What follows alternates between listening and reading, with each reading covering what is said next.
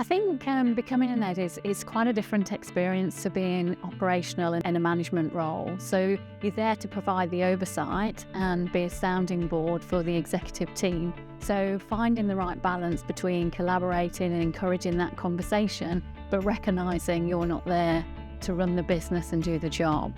So I think that is a challenge for most people when they move into being a non-executive director as opposed to an executive director of an organisation.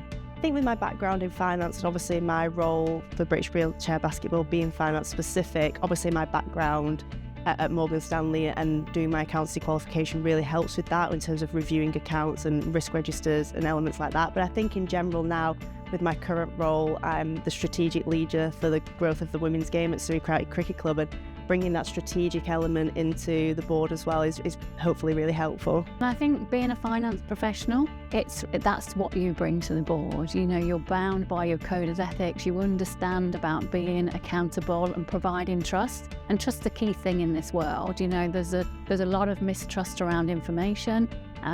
So, you know, having that professional background is really crucial to providing that transparency and trust, ethical integrity to a board's information that is there for the stakeholders to consume. So building a culture around that is pivotal to the success of organisations and how you can contribute to an executive board. So, you know, I being a professional cricketer for many years really inspired and helped me to become NED.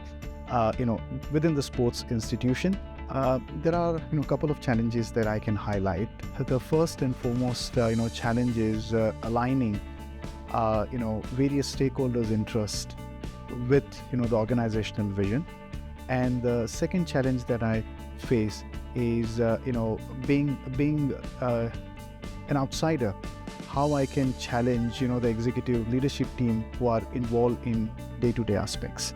The challenges that I face as an NED, I think it's staying connected is quite hard because we spend quite short periods of time together, and I naturally like to be in the weeds of everything, helping out. But as a non-executive director, you have to put trust in your executive team to deliver. So being there when they need you to be, but without getting involved in the day-to-day. So just getting that balance right between being helpful and also not really taking ownership of everything is quite important. So being a non-executive director, it is very, very important that, your integrity is unquestionable. You bring in independence. You also bring in, confidentiality.